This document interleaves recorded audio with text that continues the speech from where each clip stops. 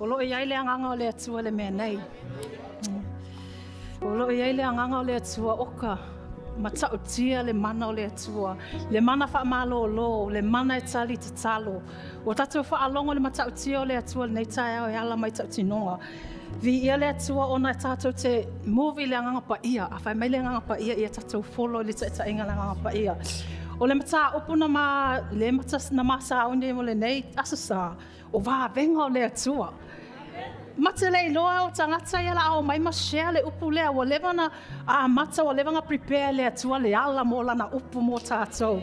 Ave se pati mo le atua le nei tai au. O tatou whaalongo wa umawai aso ia e lima wa te anei wa whaamamaina o tatou a inga. Whaamamaina tatou le toto pa ia o Yesu Keriso. Wa whaamama o tatou whale o le to iaini mea to o sina tatou te amai tatou whale. A o le taimi nei, o le taimi o le atua, ua a sauni le atua e sa saa mai ana whaamanu ianga. Ua sauni le atua e ta tala whai ta toa, na ta apuni i taimi e o tea. Sauni lo loto le nei tai au, e ele upu mai le atua mo o e maa u le nei tai au. Ta tala lo loto le au, ta talo le atua ta maa te wala au atu, ia e tau tala le nei tai au. Ia whaape na o na whaala i titi au, ia whaamua mua o Yesu Keriso. Ia o te ta talo i la upu i aluatu ma le mana, ia te tala o mātou loto i nao mātou, sa auni e talia le upu whaawina o ele atua o le as fola le nei tai au. Mātou te whawhetai o wāwenga, whawhetai o manuia, whawhetai lo mātou ainga o mātou mai whaatasi le nei aso, o le vi inga o ele atua mātou te mana o e fo i le nei tai au, i le suafa Yesu. Amene ma amene. Le lei tele le atua, whawhetai mo wana wāwenga le nei tai au. O le maso e su e ma futa tu le atua le nei topic leo le miracles o le breakthrough is coming for your life. Wa o le time sa saaiva venga o le atua molo a inga tali mai te talo te le va venga o tatou whaalonga nei tai au. O le upu mua leo te fia au mai e tolo va inga whaali me le atua o masa i le atua te e awala ilana upu o le mea mua o le te talo ma le ana pongi. O le awala le maua mai ai ia va venga o le atua. A o tatou whaalongo ai, leana tatou whaalongo le tali le telo mana onga ia na ta talo a tangata o tu inatu i le atua i le whaamalolo ina o mai. O le mea lona lua o le maa futa po le saa ili le atua. O le avatu o lau taimi po lau intimate relationship with God. O le mea lona tolu, o le o langa e whausia i le upu o le atua. Amen. E se tala i le tuspa i o te fia whaasoa i le nei tai au. O te leilo ia te oepa, o te loa e ai se taimi tātou te talo sa ili le atua ana pongi. A iai ni se taimi e te whaapepe e se mea misi e kera o waaia kua o maua le waavenga le e waaia te lava le breakthrough. O te fia share la le tala le ele tuspa i o se tala maasani i le atali o se ta maa na ulufia te moni. A iai lau tuspa ia su e lau tusi i le whaamua mai le Isaia 5 le valu ma le iwa o le key scripture leo tātou e fia whaitawina. I le whaipu e valu whapea o na ngā fōa mai ai leo lau malama e peo le tafa o ata. E ta alise o na tupu mai foi o lau malo o lau. E alu atu foi la wami o tonu i o luma e muli au mai le pupula o Jehova ia te oe. Whaipu e iwa o na e wala au atu lea a e tali mai ai Jehova. E te alanga atu a e whetalai mai o ia. O hau le nei, pe a whai e te whaatea e seina le ambo i ate au tau. O le tusi o le 5 ma le upu vale. Te whai tau le version le English translation. Then your lights will break forth like dawn, and your healing will quickly appear. Then your righteousness will go before you, and the glory of the Lord will be your guard. Then you will call, and then the Lord will answer, here am I. Pea tatou whaatua, ma whaamoe moe le atua, pe o tatou whaalonga nei tai au, e tali le atua e lau te talo, e tali le atua pe a ta tala atua lau ngangama e tala noa atu ia te ia. Vaenga mua lea o le ta talo ma le anapongi, o te loa o le tatou e kālesi, o se e kālesi ta talo ma sa ili le atua, o tatou whaalonga i vāvenga nei tai au, o na to a telo tatou e kālesi e whaamahoni le atua le ta talo. O le tatalo, o le tatou whesota inga sule i le atua. A tele lau tai me alu i lau tala noa i le atua. O le tele vo ina o lau i loa o le atua. Ele se mea e toa e tatalo a pefa peo e whaalonga kua ki ngalo ulu po e se mea o tupu i lau ainga. O se aso uma e tatau ona tatou maafuta i tatalo. A wale tele o lau taimi i tatalo. A o lau taimi o eisi po se popoanga o i lau ainga. E te tala noa tu tama e loen e yellow leo. E te tala noa tu whama, oi ia, o le, ua i lo le lei au ti noi, ia o ti nāia, le ta talo mai e te au ia so uma, aia ele maasangi e lea hua, e te tala noa tu e le i lo lau leo. O le tele o lau taimi e te maafuta i lea tu e te talo, o le i loa fo i leo o e matali mai o ia i o tatou manao. E tupu ai fo i tatou whatua tua, ma le tatou tali tonu, ma le tali o lana upu, awa a tatou whai tau i lana upu. E tele nga activate e le upule le atua il tatou whaatua tua, ma tali tonu e whai wā venga le atua, o tatou whaalongo le matango fio le atua nei tae au. Lona lua le ana pongi o le tatou taimi le wa ave se ina mai tatou mawhau i mea le lalolangi, ai mea lava mea ai. Mea ai wa fia tatou e ai, a o le anga pongi e te fia whai loa atu. Tu sa ele whaapeo se whaasala ina leo oe, whaasala oe whaapeo i ele mwhaina e tu ai mea ia po isi mea ia o whaasa. E tu sai tele lava mea tala noa, ele tua pea o le anga pongi, o le ave ese ina mai leo oe malo manatso tu i meo tu ina naunga lalo langi. Ave ese me lea lolo mawhau po o mea ai o le maanai o le whaatusa inga o le anga pongi le tuspa ia le isai e 5 walu. Tusa o mea ia le alu te le tatou taimi, e tau te fia e kuka mea ai, e whaia mea ai ma mea uma, o isi mea e eifo ini idols, po mea ngā le te fia e alu e lau taimi, e ave ese mai lau taimi lau ta talo mai sa ili le atua, o le ana pongi, o le vavai, ese mai lea o oe le lalolangi, e le o le whaasalaina pa o le mana o mea le taimina e te maafuta i le atua, e tā aua te le whawhanga o tātou le upu le atua le anga pongi mana te talo. Awa e te longo fie lava e te le o latalata i le atua wa e loa. Pea o me le taimi e whaososoina oe po le itza po se me whapena. E wawe ana sau upu fo ina e le te tau e le fia i le atua. Ona e le o yate o e le upu a le atua. A e tō anga e ta talo ma ana pongi o tātou i loa. E le angona tātou ma le mato tātou leo e le atua.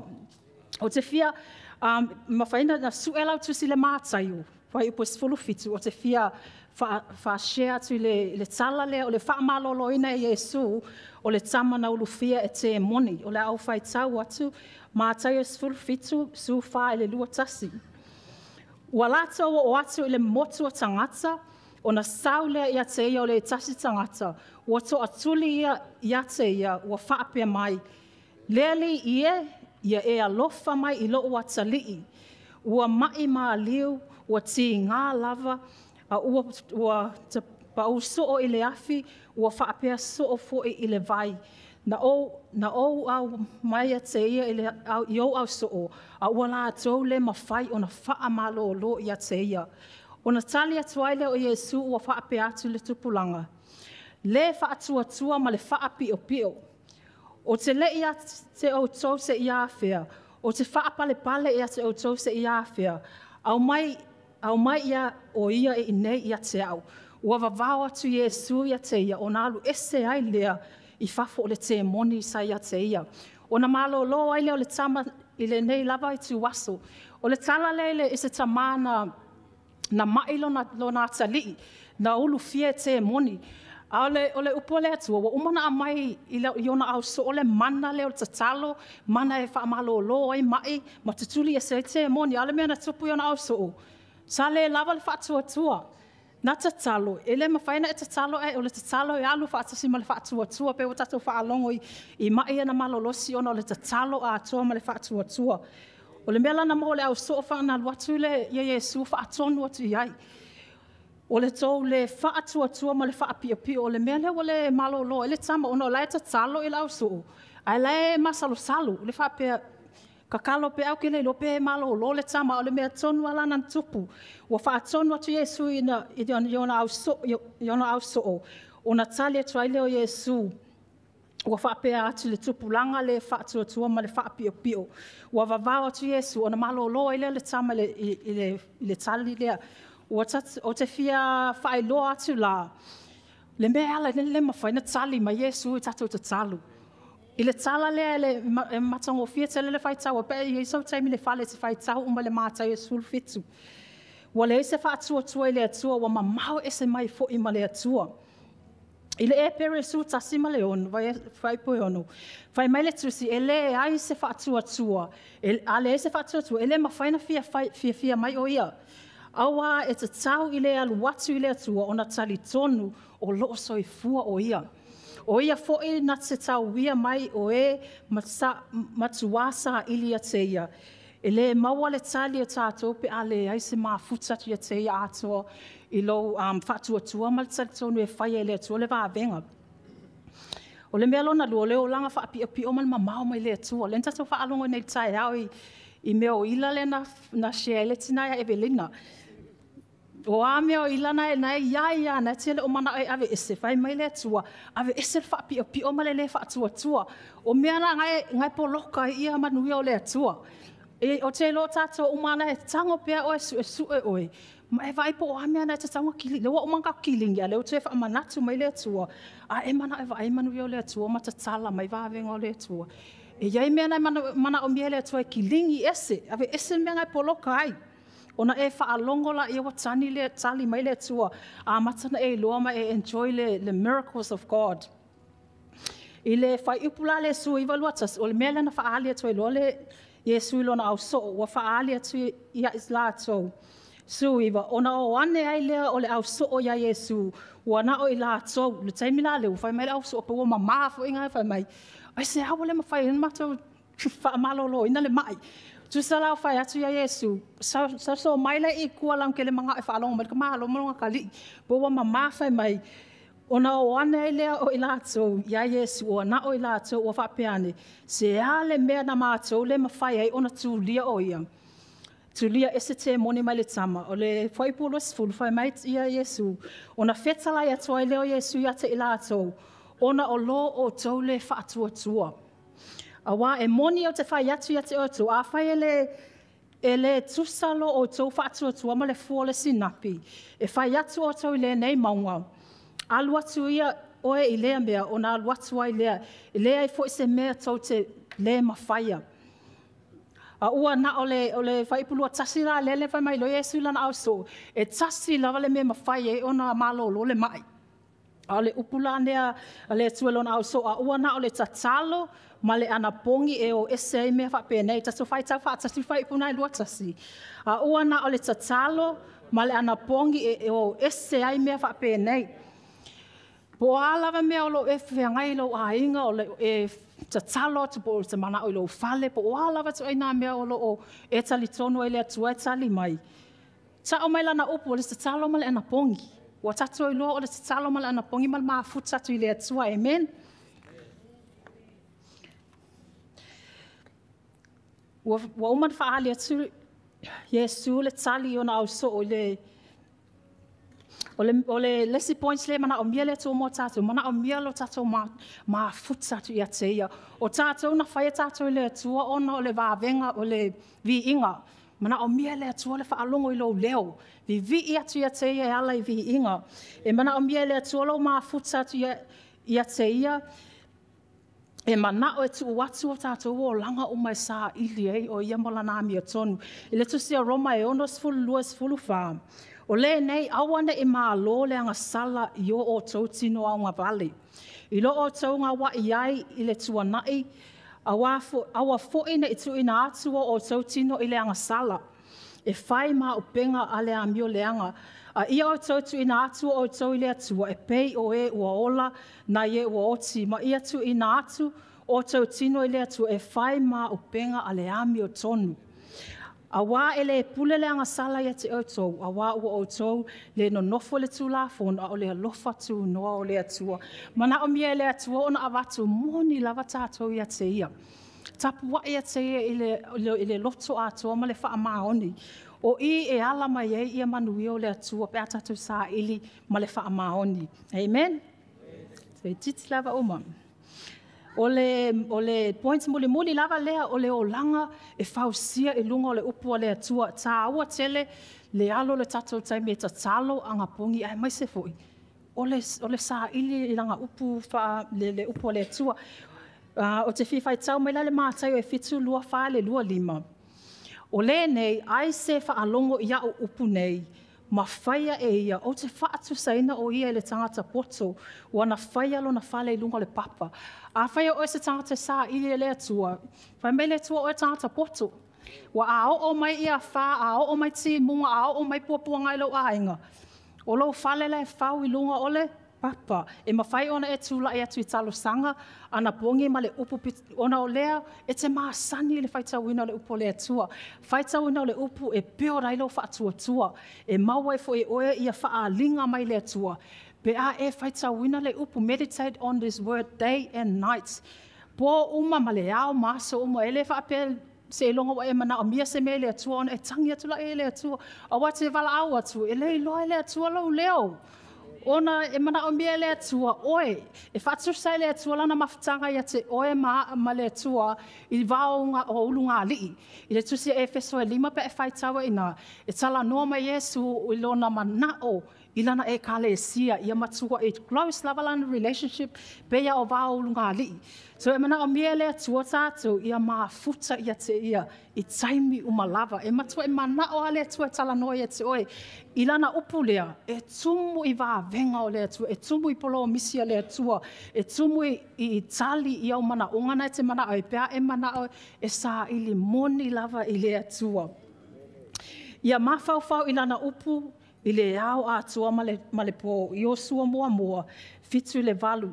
Tau ina e wha maalosi ma ia matua loto tele lava.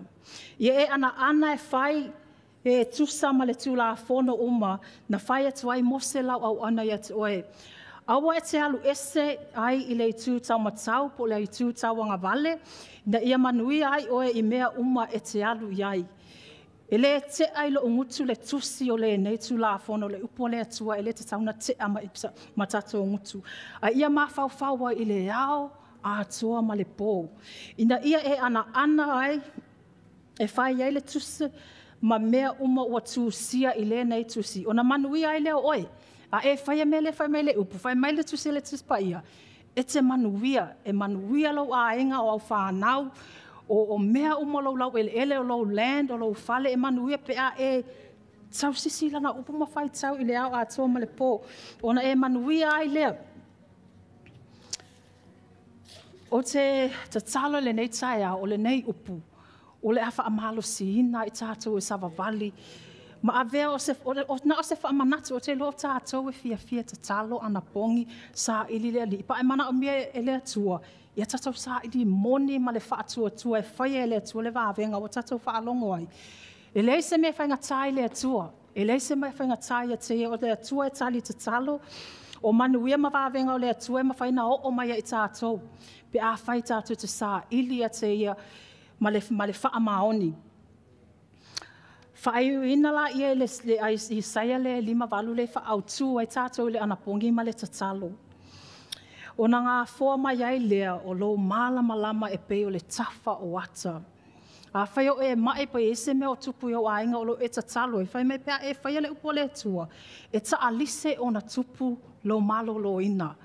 E ise mea o whainga tai te ole nei tai au. E ise mea o whainga tai lo ainga de te mana o ta alise ia mato I vavena maua le breakthrough a oi. Whai mai le upo le atua e vavena e malo o lo.